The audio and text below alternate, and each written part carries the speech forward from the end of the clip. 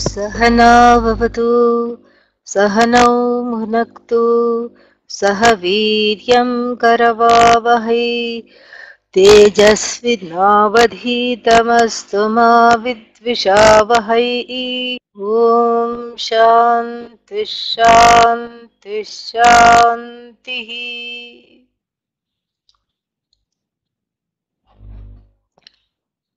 Back to the verse mantra here. Yada atamaha, don't read it as yada tamaha. There is that S-shaped line there, you know, that S-shaped character which marks the elision of the akara. So it should be read yada atamaha, then tat nadiva naratri. Tat means here not that. Tat means tada. Yeah. Otherwise, you know, tat doesn't make any sense as that. Usually tatvamasi, that you know is talked about. Here tat means tada. So that yada tada construction, when, then. So when we are not talking of a particular time, okay, yada atamaha means when, like for example, that can mean what is that called? Noon, midday. Yada atamaha, when it is noon. Yada atamaha, when the sun is at its peak, you know, we can say something. Then the, you know, the roads start to melt. We can say that, you know, it's a conditional clause. Like when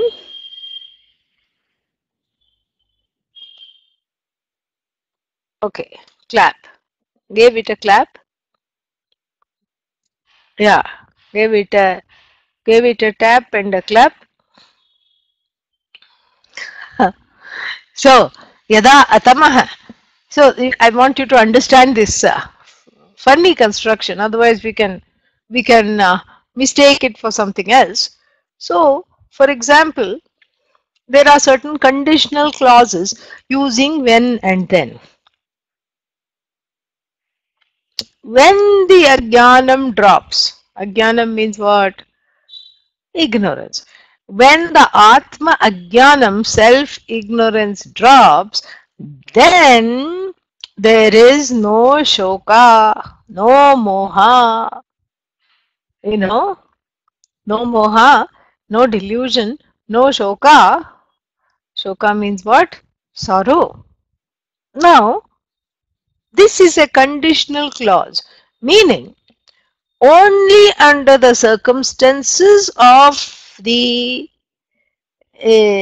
ignorance dropping do we have the dropping of the shoka and the moha. So there is a concomitant relationship, a direct concomitant relationship in this clause, in this sentence, which is a conditional sentence. Depending upon the fulfilling of the first condition described by yada, when the ignorance drops, then the result of the dropping of the ignorance is the saying tata bye bye to delusion, you know, insecurity, fears, etc. Now, we can't take that here. Why? Because it doesn't make sense. Yada atamaha, when there is no ignorance, then, you know, the duality drops. You can't say that. Because the duality need not drop because it's really not there. How can something that first of all whose existence is questionable,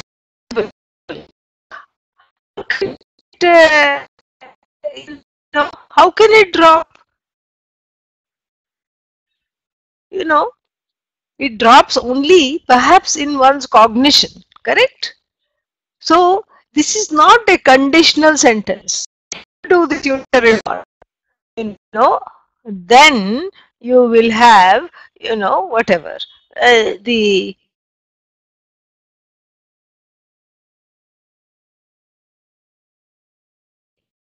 dropping of the duality. It is always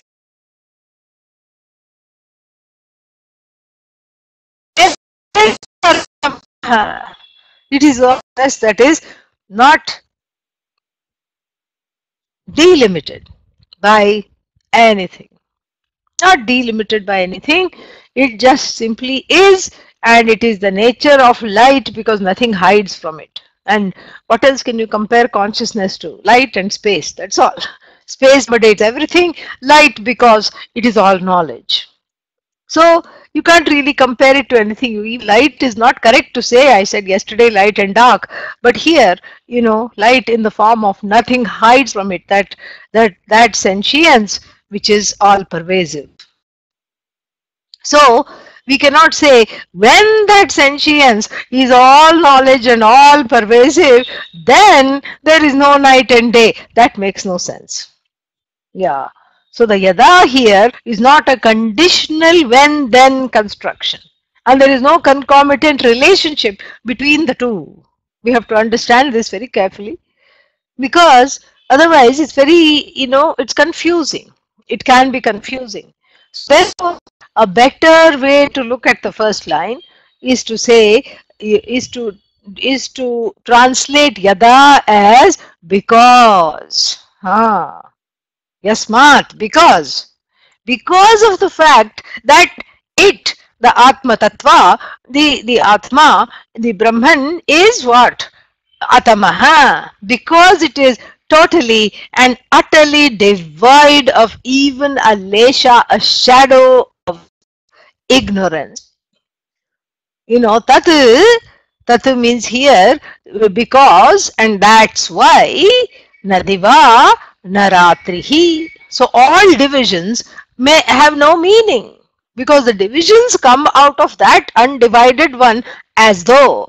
Remember yesterday we brought in the word as though in a big way, so we have to keep using it.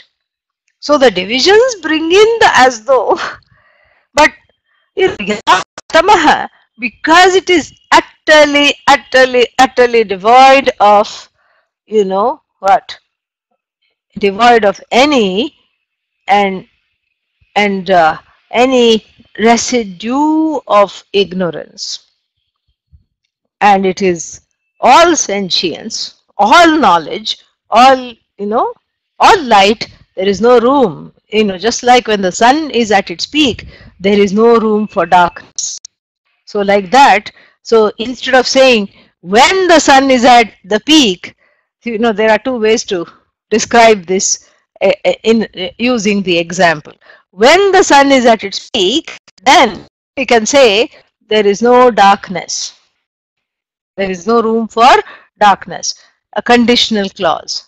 Or we can say because the sun is shining, there is no room for darkness.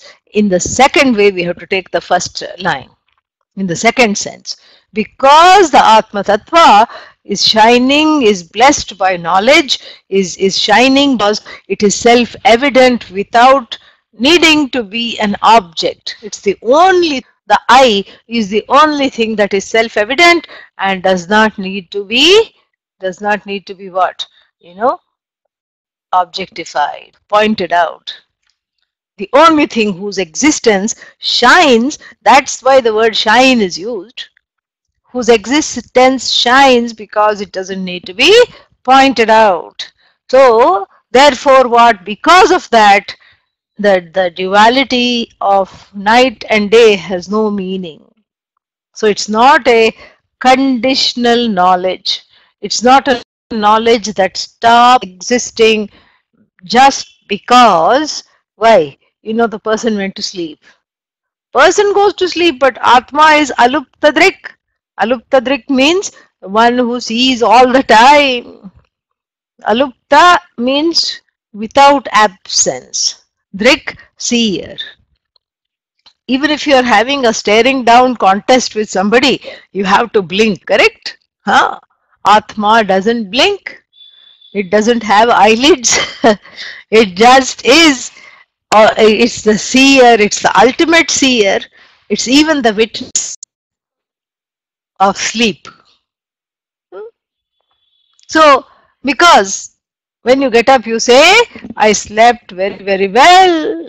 I don't know anything else. So, that's why there is no, the duality is swallowed up in this, in the wake of this identification with this knowledge that I am this Atma. In the wake of this knowledge, all duality is swallowed up. There is nothing, there's nothing more that is wanting even here, because it is total, it is complete, it doesn't need anybody else or any other conscious entity to what to advertise it, to objectify it. That's why the second line says na sat na cha asat. And again, it transcends the duality. First, it transcends the duality of time, correct? What kind of time? Past, present, future, night, day.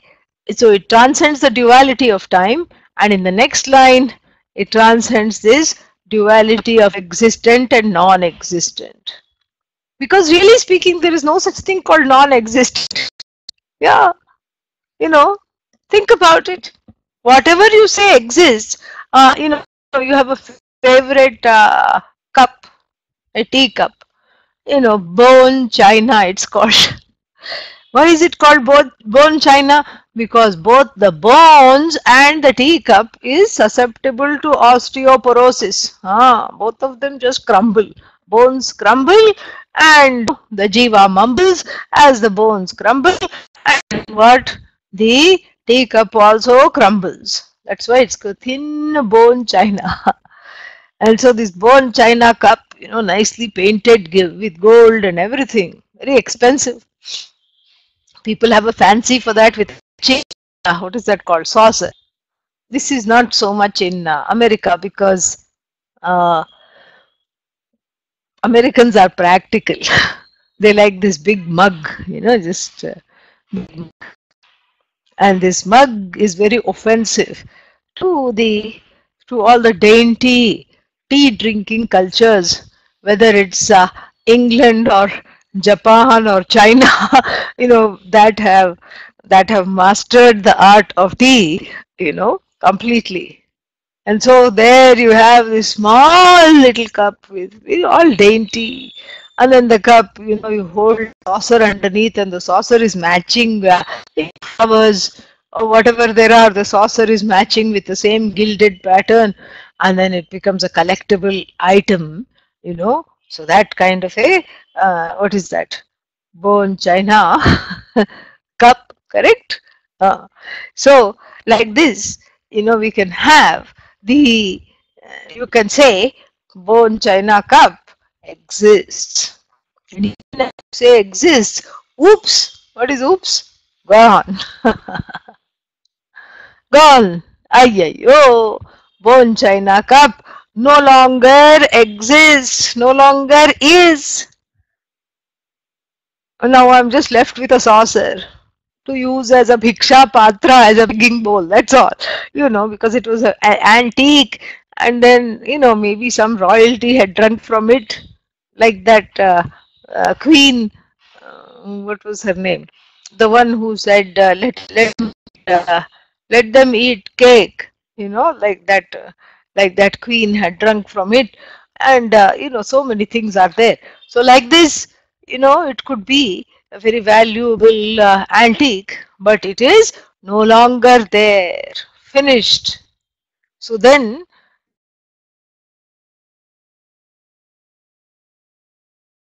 the existence, the existent cup becomes non-existent.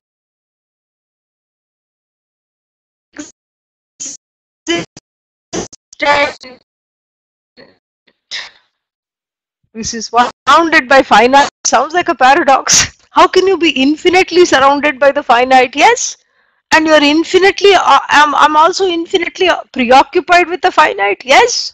So the finite takes over the infinite, so to speak. Yes. This infinite Atma is, identified with the body, mind, sense complex. Atma buddhya parichinna, because it is conditioned by the body, mind, sense complex. And aham, aham buddhi, the I notion residing in the body, mind, sense complex, identified with the body, mind, sense complex, thinks of itself as finite, thinks of everything as finite. But since it has that taste for the infinite, which it really is, it's infinitely preoccupied with the infinite, but it chooses the infinite repeatedly in finite things and entities. Will you be my forever? That's the thing. And everybody says yes. All, all 7 marriages. Yes, yes, I do, I do, I do. Will you? Yes, I do. And then what? No, I don't. Ah, finite. And that, the preoccupation with the infinite doesn't go, because that is the only search of this jiva. And unfortunately, that search is being conducted in a wrong way, in the wrong place, in a very graceless way. And that's why one is infinitely surrounded by the finite, one is infinitely preoccupied by the finite, one is infinitely striving to make the finite infinite. Even word wise, you have finite. All you have to do is add one in the front. The prefix in you have to add, and then it negates the finite. So it can't be that hard in the empirical world to make the finite infinite. Maybe I just have to add in. When you add in, what happens? You are in. In what? Samsara. That's what you are in. That's what happens. How long am I in samsara? Infinitely. You are in samsara. That's why you are called samsarin. So therefore what? So therefore here, the second line is very important, because sat, and asat, this existent and non-existent, because when that first finite thing breaks, the cup broke, then I'm already contemplating on how to fill my collection with another cup. This is what happens. I once went with Pujya Swamiji somewhere to somebody's house for bhiksha, and they had all these collectible, these things that they keep in the showcase, crystal and I don't know what not, some artifacts, very expensive. And they showed Swamiji, please bless, these, because they are already collectible items. And Swamiji didn't know what to do. He was intrigued, and then you know, he said, how do you know they are collectibles? And the man explained, I got each of these for $2,000. $2,000 just to keep in the showcase? Yeah. Okay. And then now they have become, each one has become $5,000. And if I keep it for a few more years, each one will become $10,000, Swamiji. In 2 years, it has become $5,000. And so Swamiji just wanted to see what the big deal was, and he reached out his hand to catch one of the figurines, and I could see the distress. I mean, this is Pujya Swamiji, and I could see the kind of a little doubt in the couple, like, should we give it to him? What if he breaks it? Then we'll have the dubious distinction of a collectible artifact being broken by a Mahatma. It's a very dubious distinction. How to, so they finally gave it, and and Swamiji, even though he was not looking at their faces, he knew exactly what was going on in their minds, and he said, don't worry, I'm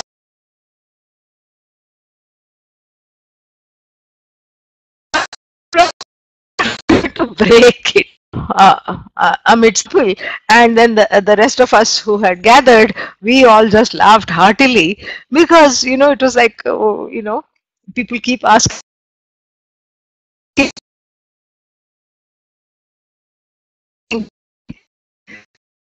what does Vedanta in action look like. This is what to a figurine, a heart is given away to all kinds of wrong pursuits at the wrong levels, at all various kinds of things. and then one is sort of steeped infinitely in the finite.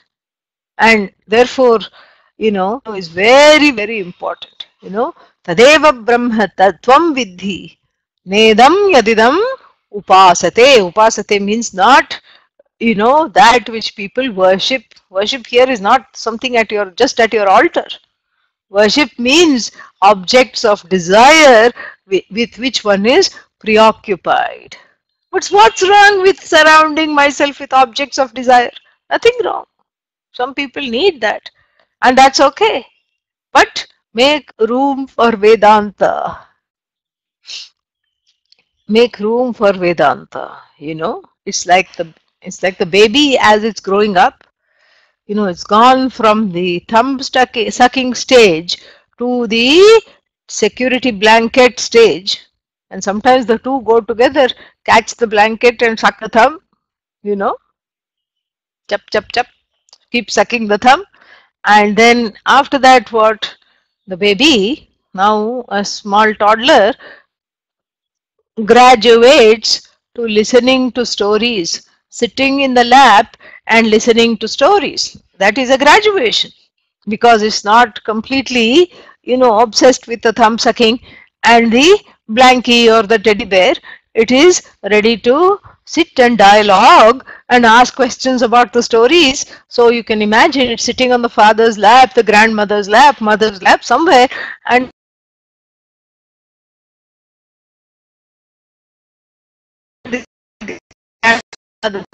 or the father or the mother are telling stories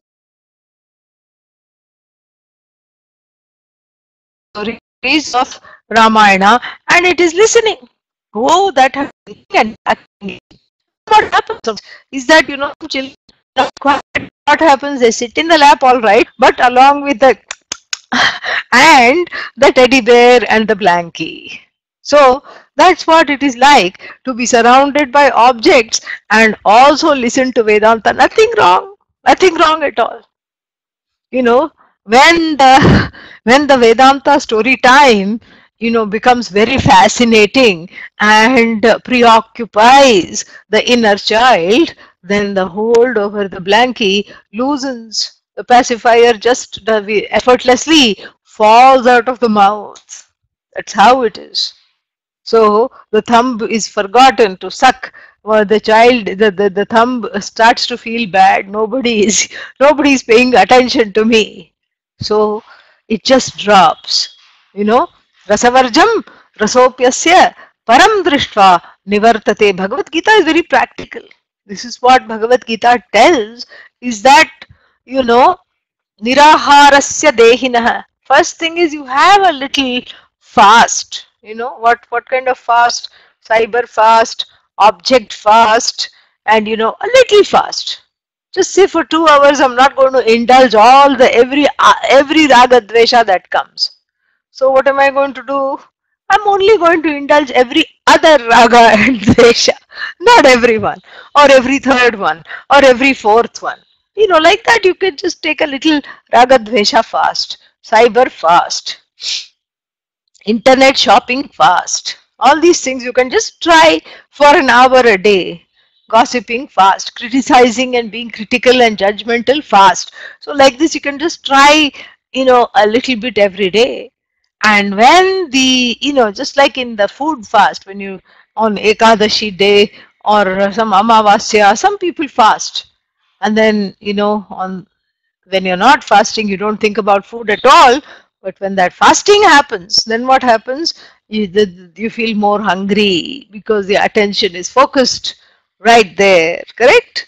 Yeah. So it's just it's a little fast. You notice it, and that you feel hungry, and all kinds of food fancies for the one who is doing upavasa, fasting. All kinds of food fancies come.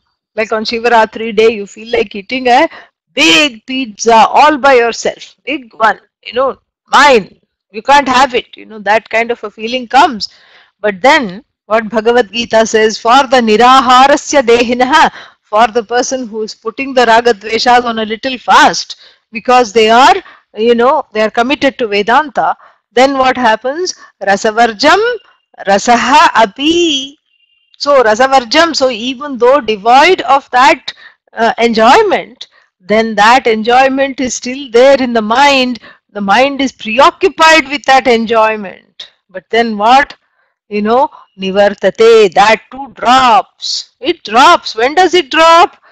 Param drishtva. So when the person is focused on the knowledge, the longing also drops along with the objects. You don't have to make any effort. So here, what we are talking about is the nature of objects is to break. The nature of objects is to destruct. The nature of objects is to die. Yeah. And so when the cup breaks, which cup? The cup of this fellow's happiness. It was overflowing and then it broke. Along with that, the happiness spilled in all directions and then turned into tears. This is the problem. Because one falls in love with only that with which one can identify. One is always ready to fall in love with which one can, sorry, not identify, objectify. So what am I trying to say?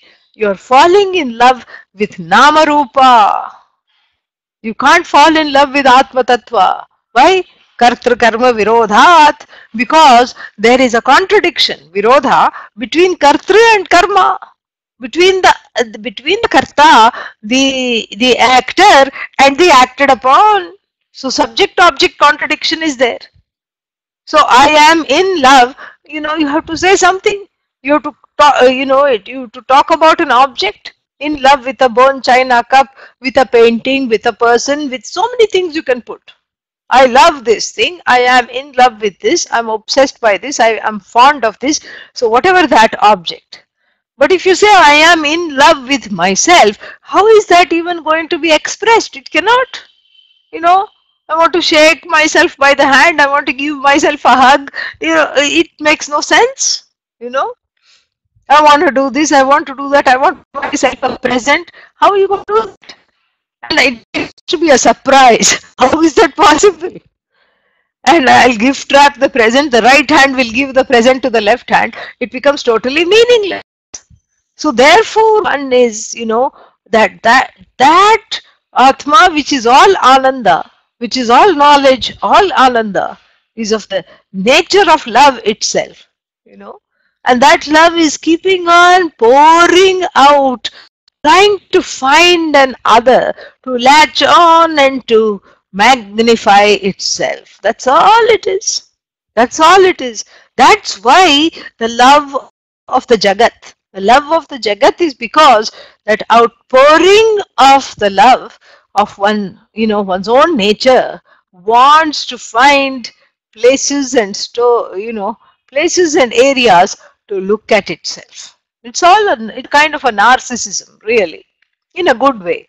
So the thing is this, that when you call something non-existent, you're only calling the Nama Rupa non-existent, because that existent, that which powered the Nama Rupa and gave birth to the Nama Rupa, sustained the Nama Rupa, and then what? And is sustaining the other forms of the Nama Rupa, here the broken cup, then what happens? So really that existence is you. That is you. It's not the Nama Rupa. It's you. So the existence here does not belong to the cup. What belongs to the cup? Namarupa belongs to the cup, with which one has fallen in love. So one falls in love with Namarupa, and the Namarupas are finite, infinitely finite, and therefore one is constantly disappointed. This is the point one. Point two is that when you talk about existence and non-existence, it's all about the relative appearance and disappearance of the Namarupas. That's what it is. Name and form, name and form, name and form, word and meaning, word and meaning, word and meaning. That's all it is. The whole Jagat is full of that. Nothing other than that. Word and meaning, name and form. And so here, the Namarupa I am preoccupied with, the Namarupa falls apart or becomes another Namarupa. Like cup is, and then now broken cup is, shattered cup is, molecule is, particle is, you know. So now the cup has changed into shattered cup, broken cup, cup molecule, china, bone china molecules, porcelain, particles. That's what it has changed to.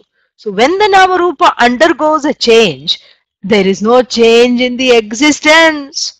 That same existence, that same Sat, right, was powering the Namarupa of the cup, and that existence merely continued in the form of a broken cup, and then it continued in the form of a shattered cup, and then it continued in the form of a useless cup, which is just a bunch of molecules which has to be swept up, and recycled, disposed of.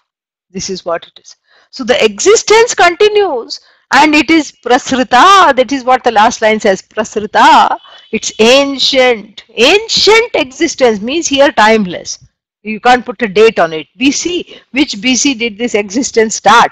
It did not start. That's why it is ancient. Prasrita, spread. Purani. Purani means what? Timelessly ancient. Prasrita Purani. What is Prasrita? Prajna. This existence, which is all knowledge, is Prasrita, all pervasive of this whole Jagat, including this body-mind complex. And so what? So this existence alone is, and that is you. That is you. That is not someone else outside of you. And so what you're searching for is a siddha vastu. It is already accomplished, and that's why one needs the knowledge, because the search has to drop. The search will only drop when you are convinced that this is what I am interested in. That's when it will drop, not otherwise. And so therefore what? So therefore this has to be understood clearly. The second line, Sat na Sat na Asat. You cannot say it is non-existent. And then you cannot say what? It is existent as an object. Because when you say cup is, then I am depending upon the Nama Rupa to notice the existence. So all things, number 3 of our discussion, all things that are Nama Rupa need to be objectified. The only thing that doesn't need to be objectified is that which indwells the Nama Rupa, that which as though blesses the Nama Rupa to come alive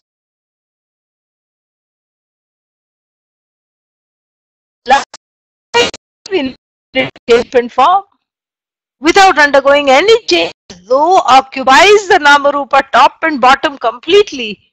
Like the clay pervades the pot completely, there is no part of the pot not pervaded by clay. Similarly, there is no part of the Nama Rupa not pervaded by Sat. And that Sat is you. Tat Sat Tvamasi Shvetaketo Tatvamasi. It is you.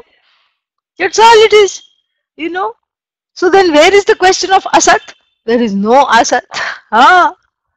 There is no Asat, because if I were to come and say, I am the witness of Asat. What's wrong with this scenario? The witness need and is to cognize and is not. How is not cognized? It has to be cognized by is. So what is more powerful? Is or is not? Is not is objectified by is. Is never objectified, because is doesn't need to be objectified. Is self-evident. I am is self-evident. I am is self-evident, and that isness is already evident. And so the only thing that needs to be cognized is the Nama Rupa. So the Nama Rupa cannot cognize itself, and the I cannot be cognized as the Nama Rupa, as an object. Nama Rupa cannot, is not self-referential, is not self-evident, and the I is not evident to others than itself. It's not evident to any other entity other than itself. It need not be evident to anyone else, because it is self-evident. So the Nama Rupa not self-evident, I self-evident. So this is the Sat we are talking about. That Sat which is which is in the form of Namarupas, which haven't, without undergoing any change, it has proliferated, populated all the Namarupas anywhere, which are there, which are there, which are yet to come. That same Sat will permeate and pervade the Namarupas without undergoing any change, just like every night you pervade your dream world completely without undergoing any change. No change at all. How? Because I told you yesterday that same Atma is just playing in the dream world. Krida, it's all a play. Pun intended. So it's all a play. And so, so therefore what? So therefore, you cannot say Atma is existent as an object. It's not the same kind of existence that the Atma and Mithya objects, Namarupa objects, occupy. It's not the same one. There is a difference, and that is what is, and that difference is one needs to be cognized, recognized, and the other one recognizes itself. That's the only difference. Okay? And so Nasat, na asat. So that's why it transcends the duality of existent and non-existent, and that duality is an artifact.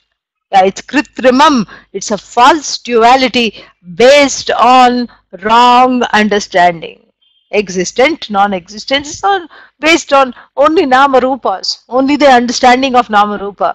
Where did this go? It was here yesterday, gone tomorrow, it's not here, this was there, this body was there, this body has gone, that body was there, that body has gone, everything like this. So therefore, therefore the Atma is unique because it transcends this, is, not is, this relative understanding of is and not is completely. And then so, lest we think that it is absolute non-existence, which doesn't exist, which cannot exist, because you cannot negate the witness, you cannot negate the knower. Here, the cognizer of non-existence you cannot negate. So that is an existent entity. So therefore what? So what is that existence? Shivaha Kevalaha. Kevalaha Shivaha. Two meanings. Kevalaha only. Only auspiciousness, meaning there is nothing that is in opposite of that. And number two, second meaning, Kevalaha, without a second. So all auspiciousness. I mean, what a deep teaching, because the hallmark of samsara is feeling I am unlucky, I am inauspicious, only bad things happen to me. This is what people think. What did I do wrong? Why do I deserve this? How come the other person is not having this? All these regrets, the guilt, the hurt, all this, makes for the rampant feeling, a feeling that has an abiding presence in the human heart. I am not good enough. I am unlucky. Bad things keep happening to me. But here, the Atma is revealed as the source of all auspiciousness. Completely, it is nothing but other than good luck. Good luck, Atma. There was one president somewhere, good luck, Jonathan. So here, good luck, Atma. All auspicious. Shivaha, Kevalaha, without a second. It is all auspiciousness, and that has to be recognized. Next line.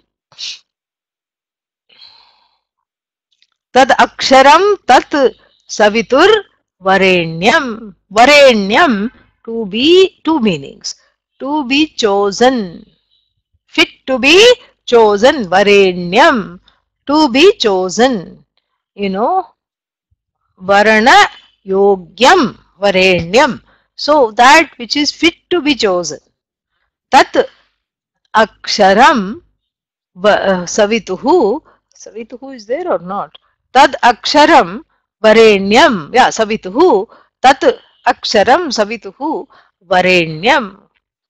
So instead of choosing the Namarupas constantly and then getting disappointed when they combust, what do?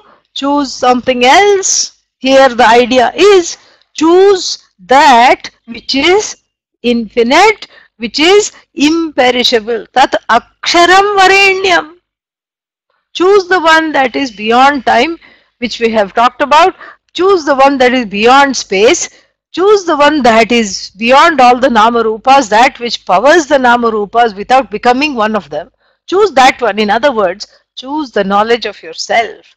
Tad aksharam varenyam. Choose the imperishable one. What? Savituhu. Savituhu means brilliant. Yeah. All light, all knowledge, self-evident. So choose that Bhagavan here, Ishvara, choose that Ishvara, and the first meaning, choose that Tattva which is self-shining, which is brilliant, which is, Tad Aksharam, which is imperishable. Choose that truth. That Atma Tattva is yourself. Choose that. Shake away the focus from, the finite, from, what's that? Preoccupation with the finite.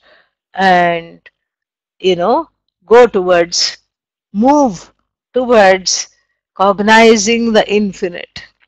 Varenyam, to be chosen. And the second meaning for the word Varenyam is worthy of worship.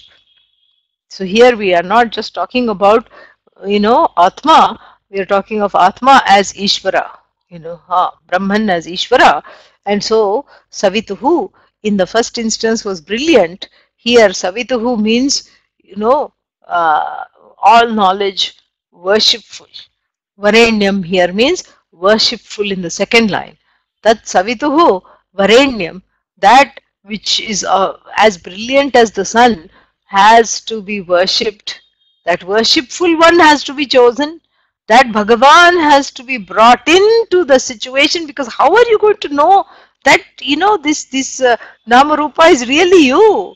How are you going to know that the nature of that existence, which is constantly belying you and is so elusive? How are you going to know that which you cannot objectify?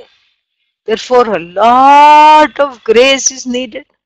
Oodles of grace, noodles of grace, Bhagavan's grace, Shastra's grace, Guru's grace, your own grace, grace, grace, grace, grace, grace, grace, grace, all the time.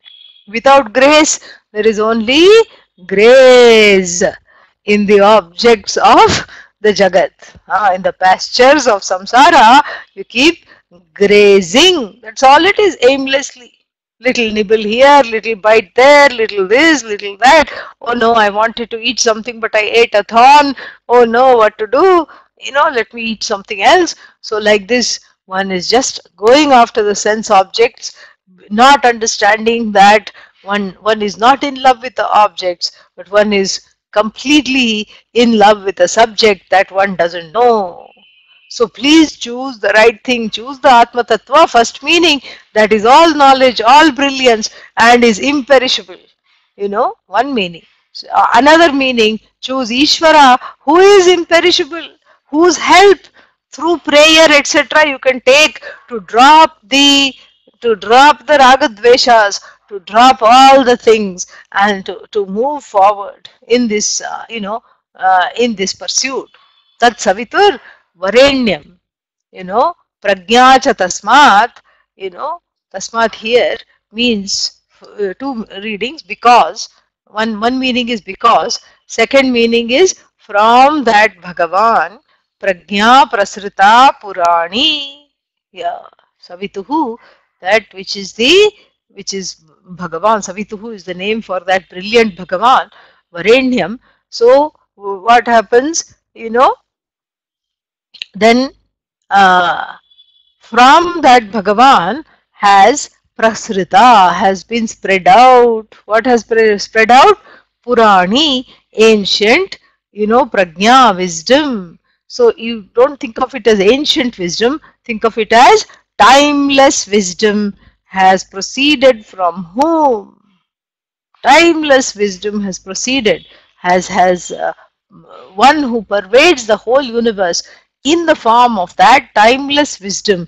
I seek to know him as the truth of myself. That's what it is. So, prajna cha tasmat, cha here is and furthermore, cha means furthermore what?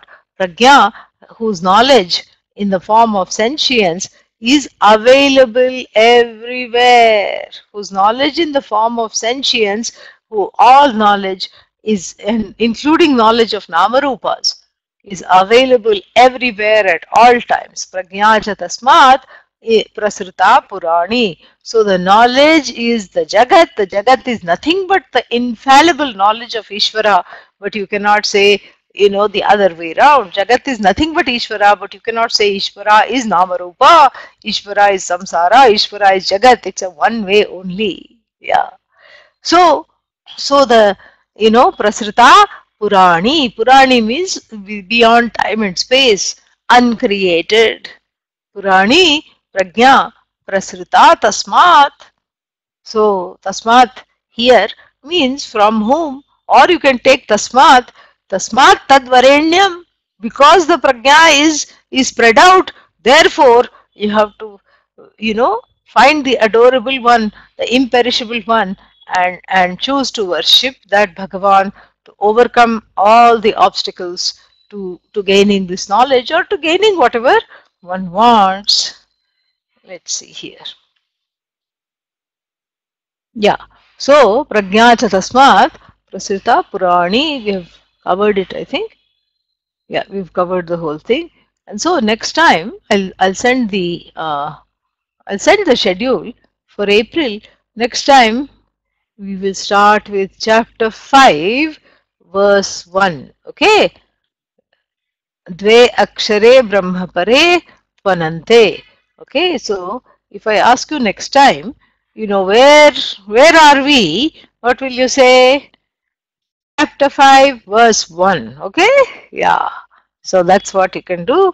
And then we'll start with this again soon after my travels. ॐ पूर्णमदः पूर्णमिदं पूर्णात् पूर्णमुदच्यते पूर्णस्य पूर्णमादाय पूर्णमेवावशिष्यते ॐ शान्तिः शान्तिः शान्तिः हरिः ॐ श्रीगुरुभ्यो नमः हरिः ॐ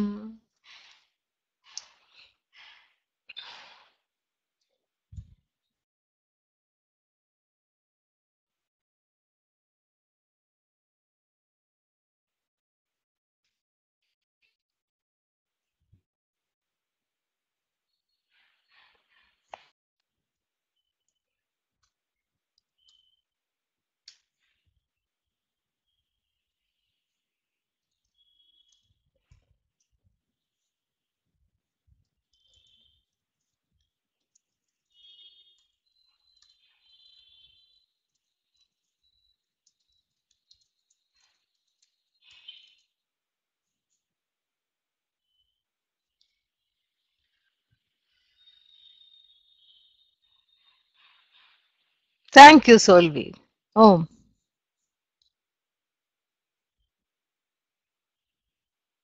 today was not recorded. Hopefully, Andrew has recorded. I forgot. Oh, thank you.